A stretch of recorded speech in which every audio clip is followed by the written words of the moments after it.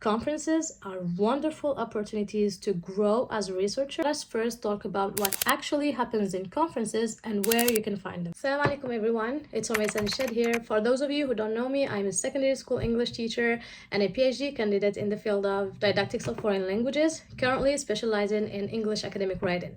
Today I'm going to share some general insights with you about academic conferences, to answer some of your questions and to reflect on some of the things that I myself wondered about at some point. This comes as a follow-up to the previous vlogs that I shared with you, in which I shared my experience attending an international conference abroad. Let's get started. Before anything, let us first talk about what actually happens in conferences and where you can find them. In general, these are events where academics and researchers come together and share their studies, exchange ideas, and discuss new findings in their field. So if you are doing research, or you have finished one, or you're just planning to start one, you can take part and present your work or your research approach. But before applying, make sure that the conference is legitimate. Usually, genuine conferences are announced through reliable sources. Could be your university, professors, research groups, or official academic associations. But it's important to stay cautious because not every event you see online is legitimate. There are what we call predatory conferences, and they mainly aim to take your money. To avoid them, always check the organizer's credibility online or ask a mentor for advice before paying or submitting anything. Now, once you've found a legitimate conference, here's how you're going to present your work. Usually, it starts with an abstract submission.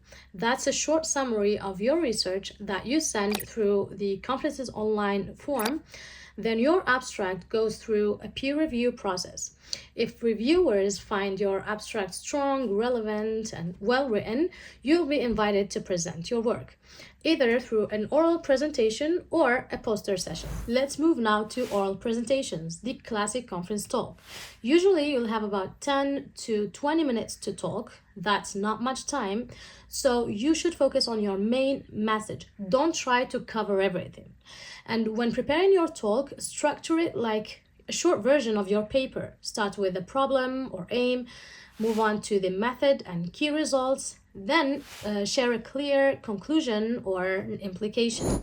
Here's something important. You don't read your paper, you talk about it. You don't want to sound scripted, right? Few more practical tips. Rehearse your talk several times and keep it slightly shorter than the time limit. Now, if you have 10 minutes, try to keep it to 9 minutes so that you stay calm and confident. Also, try to speak clearly and slowly. Let's move to your PowerPoint slides. Your slides should be clear, simple, and easy to follow.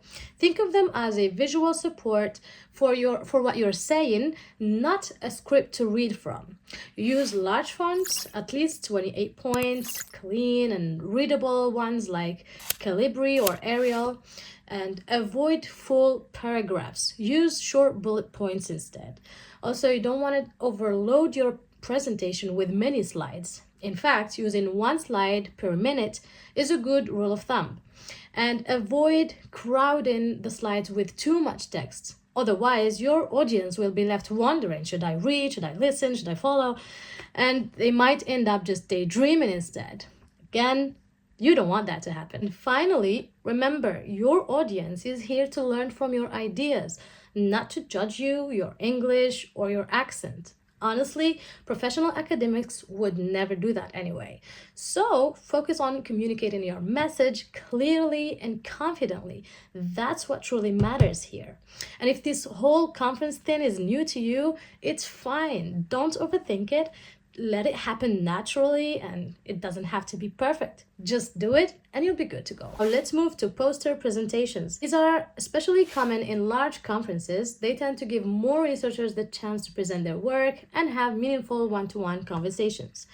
Good poster is one that's visual and straightforward. It's not packed with text, and it usually contains between 500 to 1,000 words. Organize your poster using IMRAD structure. That's introduction, methods, results, and discussion. Use visuals like photos, graphs, and diagrams, and keep your text big and readable, as well as well spaced. Now, when presenting, don't hide behind your poster. You want to stand confidently, greet people, engage them in short and friendly conversations about your work, and most importantly, be open to questions and networking. Conferences aren't just about sharing your ideas, they are a good place for building connections. One last word before we wrap up. Conferences are wonderful opportunities to grow as a researcher. They allow you to learn from others, receive feedback, and connect with academics from your field. So I truly encourage you to start exploring such events in your field. There are workshops, study days, national and international conferences, both online and on site. And if you don't feel like you're ready yet to participate, you can attend as a listener first, and then when you feel ready, you can consider participating. You just need to get out of your own way. And who knows, the next time you might be on stage sharing your ideas with an international audience. If you watched till the end, make sure to like, comment, and share the video with anyone who might find it helpful. Salam.